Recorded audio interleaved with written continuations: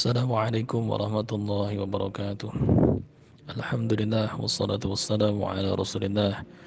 Allahumma salli wa sallim wa barik ala sayyidina Muhammad wa alihi wa mawalah. La hawla wa la quwwata illa billah. Allahumma aftah lana wa lakum futuhal arifin bi rahmatika ya arhamar rahimin.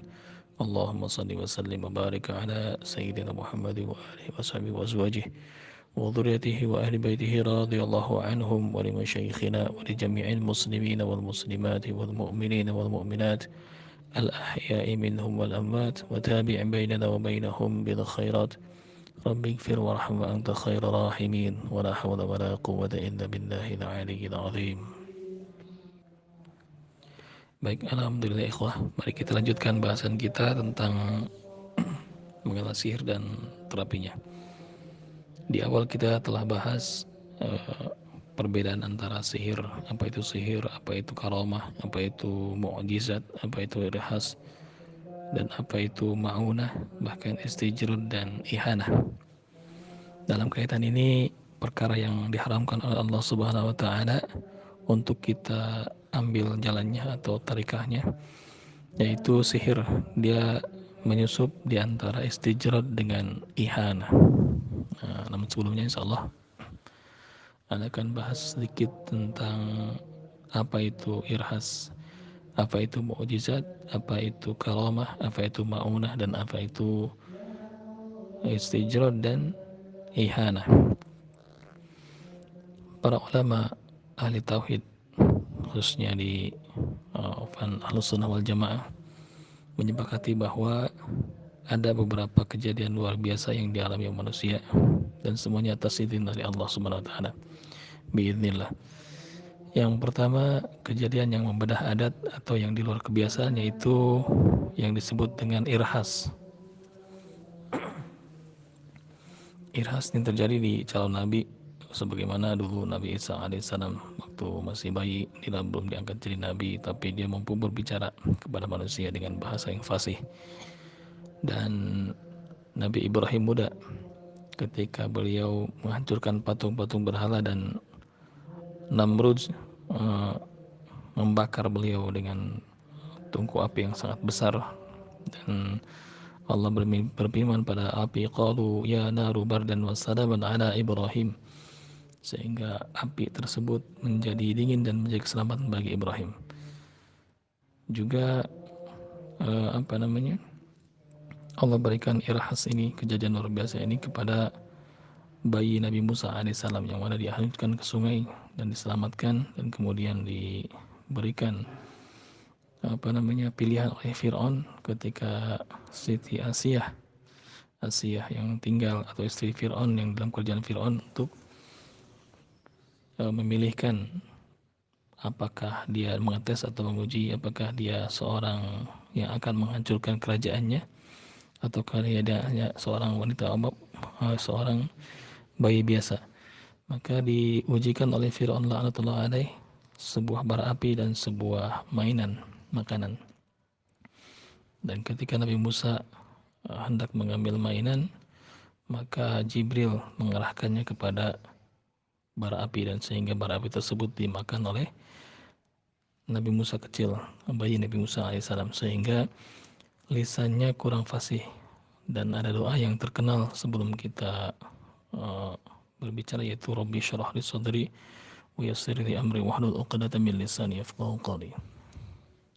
Itu di dalam Quran diceritakan bagaimana permohonan Nabi Musa alaihissalam agar dilapangkan dadanya, agar dimudahkan lisannya untuk mengatakan kebenaran, dan agar dijadikan saudaranya Harun menjadi bagian dari perjuangannya, dakwahnya.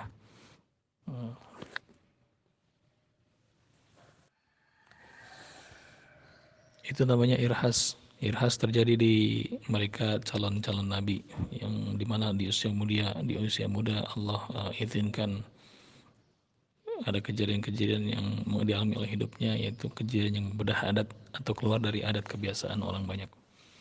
Kemudian yang kedua yaitu mukjizat. Yang pertama, kedua, dan ketiga ini, keempat ini, 4 perkara ini dia dihalalkan oleh agama untuk terjadinya. Dan 2 terakhir diharamkan oleh agama karena termasuk ke dalam tipu daya syaitan dan termasuk ke dalam talbis iblis dan syaitan. Yang kedua yaitu mukjizat. Mukjizat yang dialami oleh para nabi dan rasul untuk membuktikan bahwa kenabian dan kerasulan mereka ketika diba'ats atau diutus oleh Allah Subhanahu wa taala. Seperti mana Nabi Musa mampu membelah lautan biiznillah. Nabi Musa mampu menjadikan tongkatnya menjadi ular. Ini sangat terkenal, sangat masyhur kisah-kisah ini. Dan Allah lukiskan di dalam Quran itu sendiri. Kemudian Nabi Musa pun membelah atau memukul batu dan keluar dari batu tersebut 12 mata air. Juga mukjizat yang dialami oleh Nabi Sulaiman alaihissalam, yang mana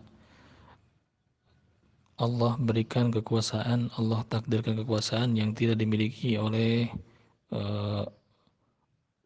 manusia atau manusia sebelumnya dan manusia sesudahnya, yaitu mampu mengendalikan angin, mampu mengendalikan binatang, hewan, bahkan jin mampu dikuasai oleh Sulaiman alaihissalam biiznillah. Kemudian yang dialami oleh baginda Nabi SAW mampu membelah bulan dan keluar atau misalkan keluar mata air atau air dari sela-sela jari Rasulullah SAW. Ini semuanya mukjizat sebagai pembuktian bahwa mereka adalah para rasul yang diutus. Dan ini perkara halal dalam agama dan umrah. Yang ketiga yaitu karomah. Karomah ini terjadi di para kekasih Allah. Karomah ini dialami oleh mereka yang begitu dekatnya dengan Allah, yang tidak terputus-putus ibadahnya, dan ta'rifnya adalah mereka para wali. Para wali yaitu man tawal ta'atu, orang yang tidak pernah terputus ibadahnya.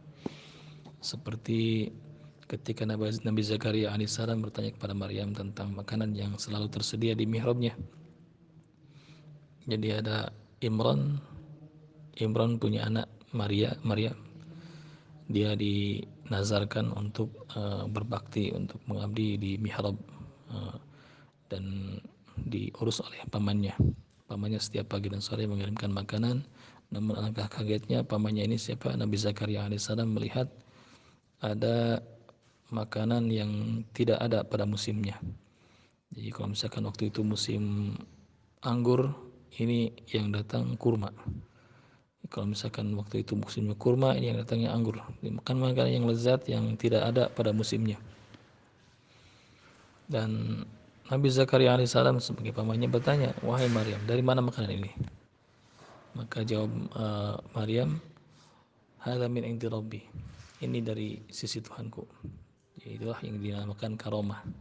Karena tidak ada nabi dan rasul dari para wanita. Maka ini disebut, para ulama menyatakan ini disebut karomah atau kemuliaan yang diberikan oleh Allah Subhanahu wa taala kepada mereka yang disebut kekasih-kekasih Allah dari kalangan manusia, karena wanita. Ini hal luar biasa. Berbeda dengan yang dialami oleh Al-Halaj. Al-Halaj ini adalah guru daripada yang termasyhur di negeri Jawa ini, yaitu Syekh Siti Jenar. Bahkan Syekh Siti Jenar pernah membaca atau mempelajari kitab yang dikarang oleh Al-Halaj. Dia seorang sufi besar, seorang sufi kenamaan dengan berbagai macam karomahnya, namun menyimpang dari syariat. Dan setelah diselidiki, walaupun banyak sekali karomah-karomah yang disebut diklaimkan oleh murid-muridnya, Al-Halaj atau Husain bin Mansur ini dibantah oleh para ulama sendiri. Seperti misalkan dibantah oleh Ibnu Taimiyah dalam Majmu' Fatawa jilid 35, menyatakan bahwa ada kisah ketika Al-Halaj dan kelompoknya dan pengikut-pengikutnya bangkit meminta makanan dan manisan kepada Al-Halaj.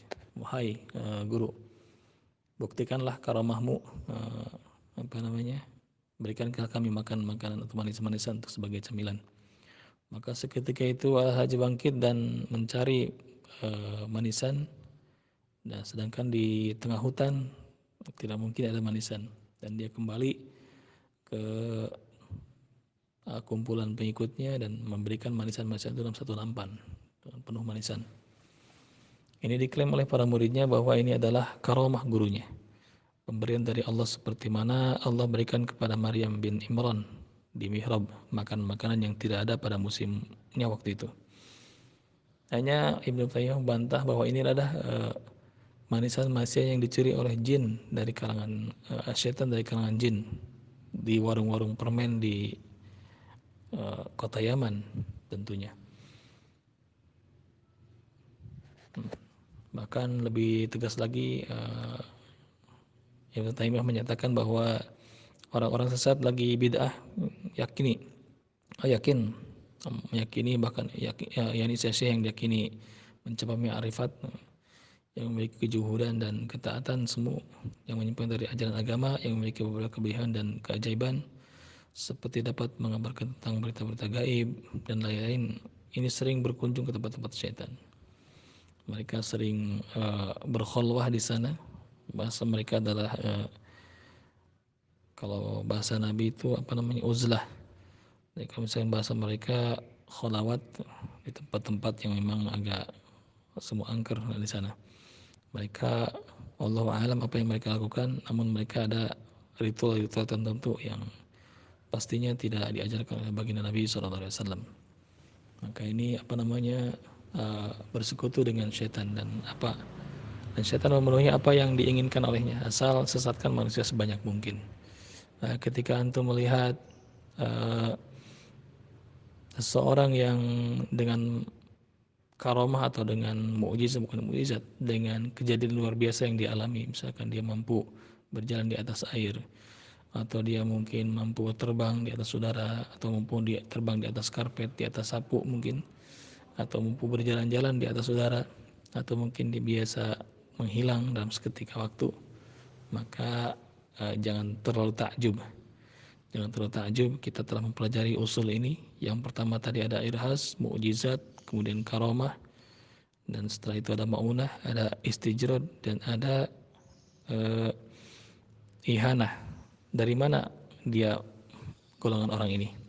Ciri-cirinya sangat jelas. Yang 4 perkara dihalalkan, dan yang 2 perkara diharamkan oleh agama. Salah satunya itu istijrad.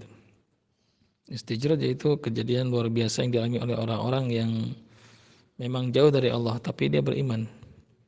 Dia punya iman, namun hanya dia tidak menjalankan syariat agama ini. Artian fasik,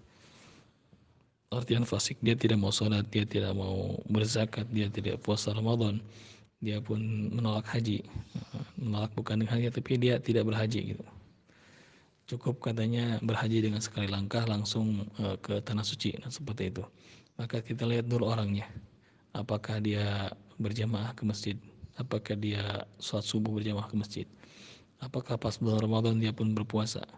Kalau mereka membedah syariat, maka tertolaklah ini. Dia jadi istijrad. Siapapun dia, apapun guru besar atau misalkan wali atau dikenal dengan wali atau ulama. Walaupun bahasa-bahasa mereka wali itu berbeda ibadahnya dengan orang kebiasaan atau orang kebanyakan atau umat kebanyakan, tetap saja tidak ada yang lebih mulia, yang lebih suci dan lebih baik untuk diikuti teladannya selain baginda Nabi SAW. Baginda dengan segenap mukjizat, dan baginda mampu menembus langit hingga ke Sidratul Muntaha, dan baginda mampu berjalan-jalan di surga dan melihat surga, dilihatkannya surga dan neraka. Maka baginda pun tetap beribadah hingga bengkak kakinya, hingga luka pelipisnya, dan berjihad fisabilillah, dan syariat ini dijalankan semuanya. Maka siapa yang lebih berhak diikuti, apakah wali tersebut atau baginda Nabi SAW? Nah, kalau kita melihat para wali, misalkan orang-orang yang tadinya alim sekali hingga dia terkecoh, tidak mau beribadah lagi, maka tinggalkan orang ini. Cukup jadi tontonan, jangan jadikan tuntunan. Nah, itu dia. Berbahaya sekali kalau kita mengikuti langkah mereka, karena wali Allah mereka orang-orang yang suci, orang-orang yang bersih, dan orang-orang yang man tawalat ta'atuhu, yang tidak pernah terputus ibadahnya. Maka Cukup para sahabat, para tabi'in yang kita jadikan panutan di generasi awal untuk ikuti ibadah ini. Bukan mengikuti orang-orang zaman sekarang yang memperoleh sebut mereka karomah, tapi dengan jalan menjalankan syariat berbahaya bagi akidah kita. Masih banyak orang-orang yang taat ibadah dibanding dengan orang-orang yang fasik yang tidak mau ibadah tapi ingin cepat, dan setan akan mengabulkan apa yang mereka inginkan. Maka berhati-hatilah. Kemudian ada di bawah karamah ma'unah.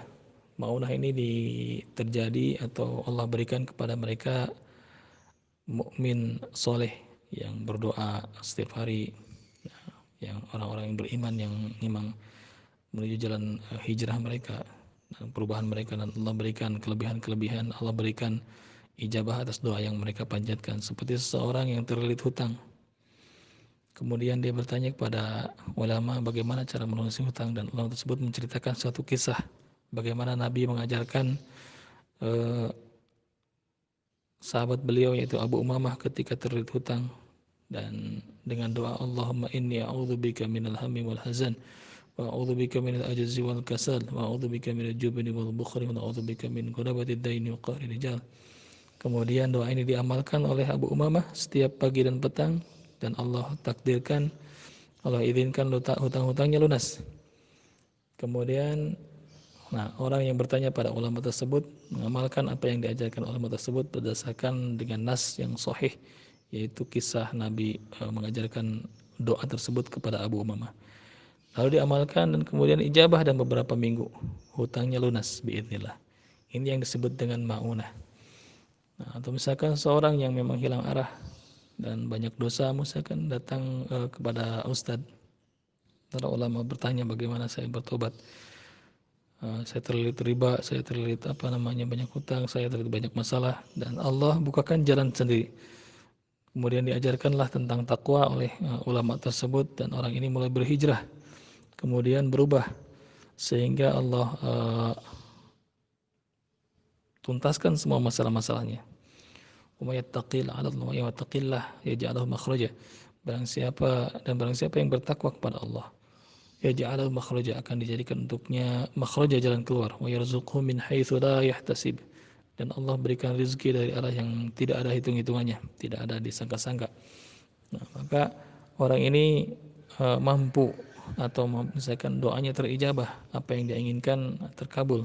Itu yang disebut dengan ma'unah. Walaupun dia bukan seorang yang tidak terputus ibadahnya atau seorang wali, dia hanya manusia biasa, hanya ahli ibadah biasa, mukmin biasa, hanya dia mukmin yang lurus, yang ketika berdoa Allah ijabah apa yang dia inginkan.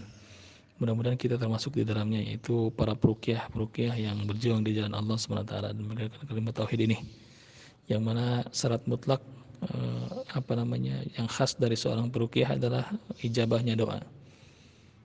Kalau antum misalkan masih bangun siang subuh peruqyah, masih jarang tilawah Quran, masih jarang baca zikir pagi petang, sebaiknya kita perbaiki apa yang jadi amal-amalan hari kita, amal yaumi kita, karena itu adalah bagian daripada doa itu sendiri.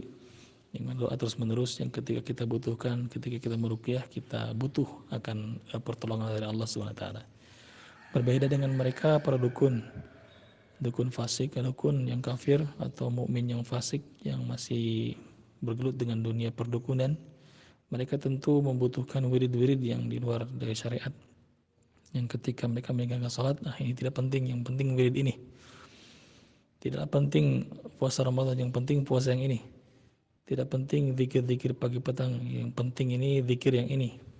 Dia punya pegangan atau punya amalan yang kelak suatu saat ketika dibutuhkan masih di alam dunia ini, ketika dibutuhkan di hadapan pasien atau dalam keadaan kepepet, maka dia membutuhkan doa ini, dan pertolongan itu ada bukan dari Allah SWT tapi dari sekutu-sekutu syaitan laknatullah alaih.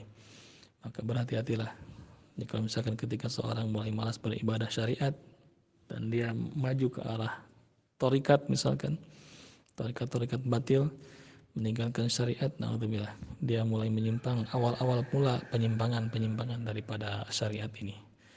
Dan selanjutnya ke arah akidah, ketika mereka menyatakan bahwa sholat itu tidak wajib bagi saya, yang wajib itu amalan ini, dia sudah murtad dari agama ini, naudzubillah.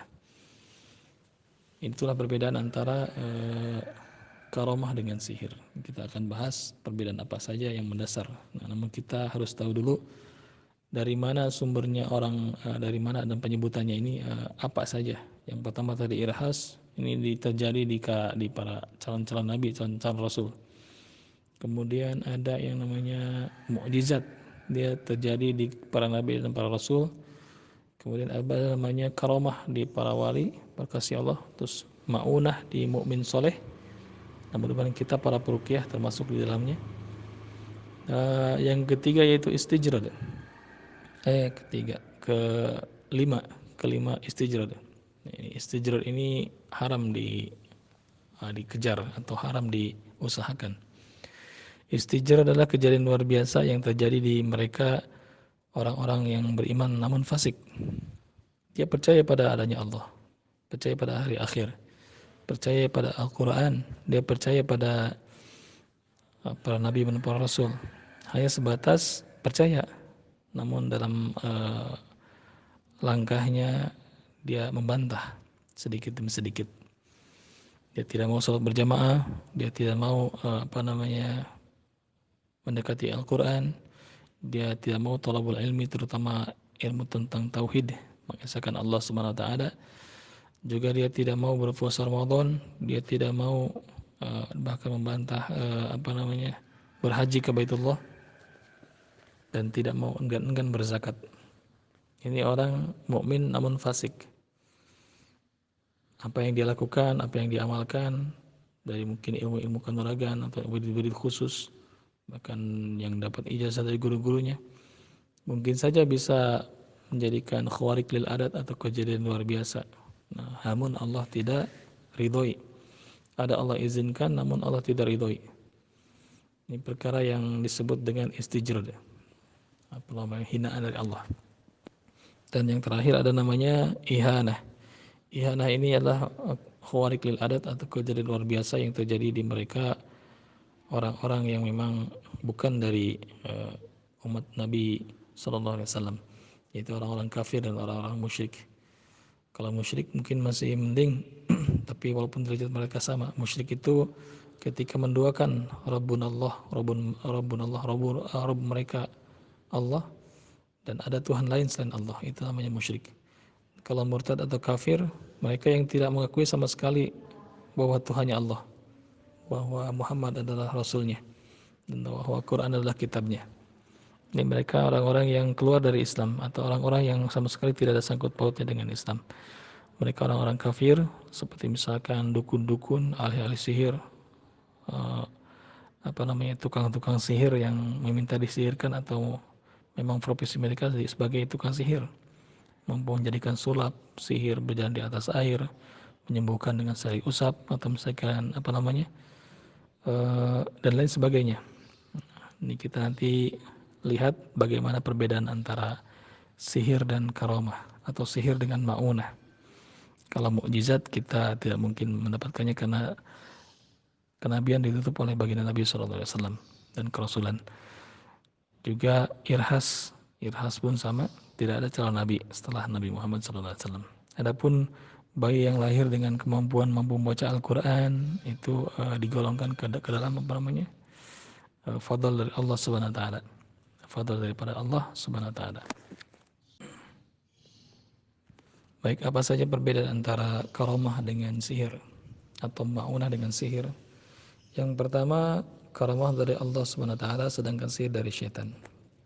Ini yang paling mendasar dan paling jelas.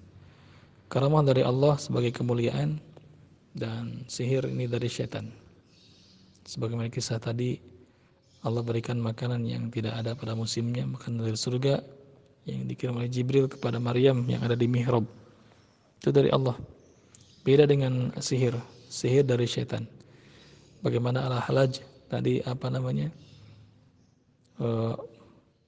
pergi ke suatu tempat ketika murid-muridnya meminta sebuah makanan, dan tibalah di sebuah nampan tersebut penuh dengan makanan-makanan manis, dan dia mengklaim ini adalah karamah gurunya, padahal itu adalah jin-jin yang bersekutu atau syaitan-syaitan yang bersekutu dengan al-halaj, yang mencuri permen-permen dari atau makanan-makanan manisan-manisan dari warung-warung di kota Yaman pada waktu itu.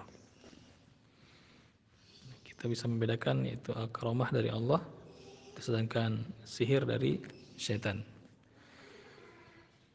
Imam Ulais bin Sa'ad radhiyallahu an, seorang tabi'in, yang mengatakan ini sebagai penegas kita menebak apakah ini karamah ataukah dia sihir. Lihat, idza ra'aitum rajul yatiru fil hawa wa yamshi 'ala al-ma' fala tagtaru bi hatta tu'radu amruhu 'ala Allah al-kitab sunnah. Idza, di mana-mana ketika ra'aitum kamu melihat ar-rajul, seorang, yatiru fil hawa, dia berjalan di atas udara, wa yamshi 'ala al-ma', atau dia menapak atau berjalan di atas air, fala tagtaru bih, maka jangan terpedaya dengan orang tersebut, hatta ta'rudu amruhu 'alal kitab wa sunnah, sehingga kamu menimbangnya atau mencocokkannya dengan kitab, dengan Al-Qur'an dan sunnah, dengan sunnah Nabi. Itu jadi jadi patokan. Ketika kamu melihat orang-orang sakti, orang mampu mengangkat beban berat, atau orang-orang yang dilakukan oleh misalkan di acara televisi silat tebus, atau mungkin sulap-sulap, atau bahkan hipnotis, maka seorang mampu mengangkat benda yang tadinya berat jadi ringan, atau mungkin menyembuhkan dengan kata-kata saja tanpa dengan Quran dan Sunnah, atau mungkin dia mampu seperti yang dialami oleh mereka dalam acara-acara reality show, misalkan sulap dan lain sebagainya. Fala tagtarru bih, maka jangan terperdaya oleh mereka. Setan mampu melakukannya lebih daripada itu, sehingga kita menimbangnya atau mengukurnya dengan kitab Allah wa sunnati, dengan kitab Allah dan sunnah-sunnah baginda Nabi SAW, insyaallah. Bahkan Imam Syafi'i menyatakan bahwa bukan hanya itu, seandainya kalian bisa melihat seorang bisa berjalan di atas bara api atau melayang di udara, janganlah terkecoh sehingga kalian cocokkan kalian dengan Al-Quran dan Sunnah. Bahkan lebih dari hebat itu, setan lebih hebat daripada itu. Jadi jangan takjub, jangan terkecoh, tetap kita lihat pertimbangannya, apakah dia seorang ulama yang mengamalkan ilmunya, karena ta'rif ulama adalah innama yakhsyallaha min ibadihi ulama.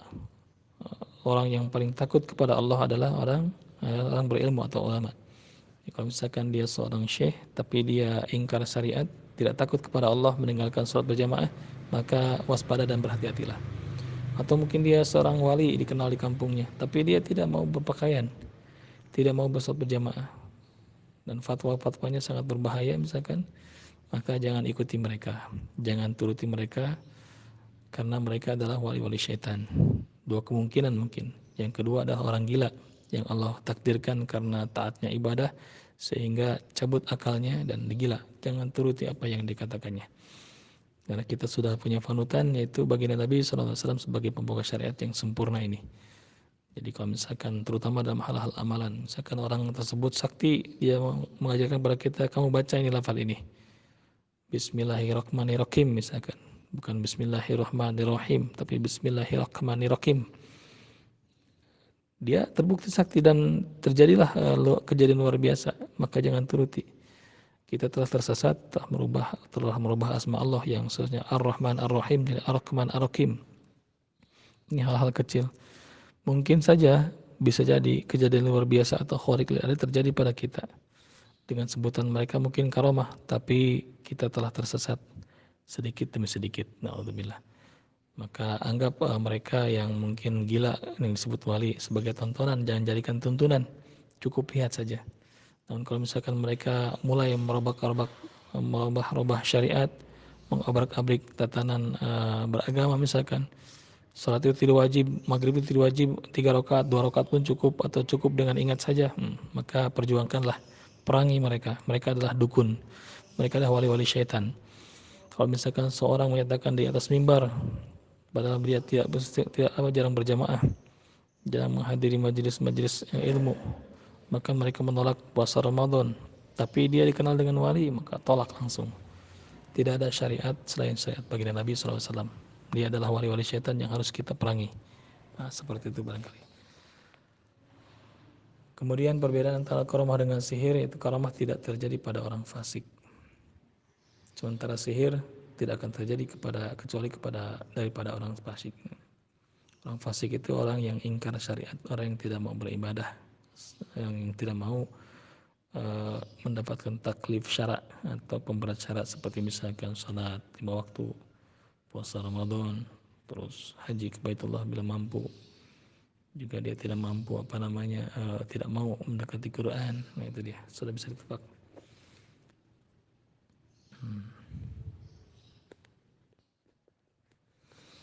Perbedaan lainnya antara karamah dan sihir, itu karamah tidak dapat dipelajari sedangkan sihir bisa dipelajari. Ini lumayan mendasar. Karamah tidak bisa dipelajari, sekali lagi karamah tidak bisa dipelajari sedangkan sihir bisa dipelajari. Kalau seorang beribadah begitu dekatnya dengan Allah, dan ketika melewati satu kampung dan kampung tersebut kelaparan karena tidak turun hujan cukup lama, dan orang ini salat 2 rakaat, saat istisqa minta hujan, dan kemudian Allah takdirkan turun hujan setetes demi tetes. Ini disebut karamah. Jadi tidak dipelajari, hanya dipelajari syariatnya, cara minta hujan yaitu dengan istisqa.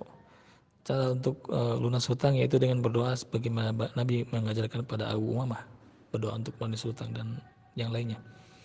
Atau misalkan ibadah-ibadah yang lain yang syariat, dia mantap di bab syariat, dia pun kuat di tauhid, dan dia pun berakhlak sebagaimana Islam ini sempurna, iman, Islam, dan ihsan. Apa itu ihsan? An ta'budallaha ka'annaka tarah fa innahu takun tarah fa innahu yarak.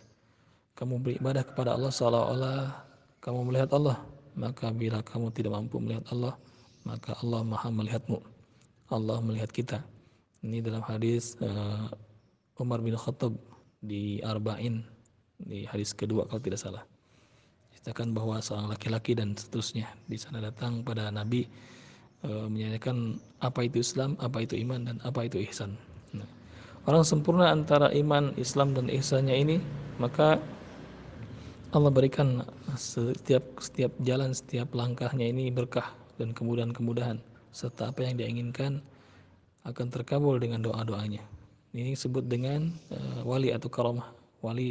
Karamah di kalangan para wali disebut karamah, kemuliaan dari Allah. Berbeda dengan sihir. Sihir dipelajari sebagai jalur cepat atau cara cepat untuk mendapatkan khawarik lil adat yang seperti mereka dialami atau mereka alami dari para kalangan para wali-wali Allah, para orang-orang soleh. Nah, orang tidak mau melaksanakan ibadah sebagaimana ibadah baginda Nabi laksanakan karena ini lempar-lemparan, tidak meyakinkan kata mereka. Lebih baik pelajari ilmu sihir, sudah pasti adanya. Dan kalau misalkan kita ingin terbang, tinggal terbang. Kalau kita ingin memperlihatkan kepada orang-orang kita ingin kebal, maka kita bisa memperlihatkan ilmu kebal tersebut.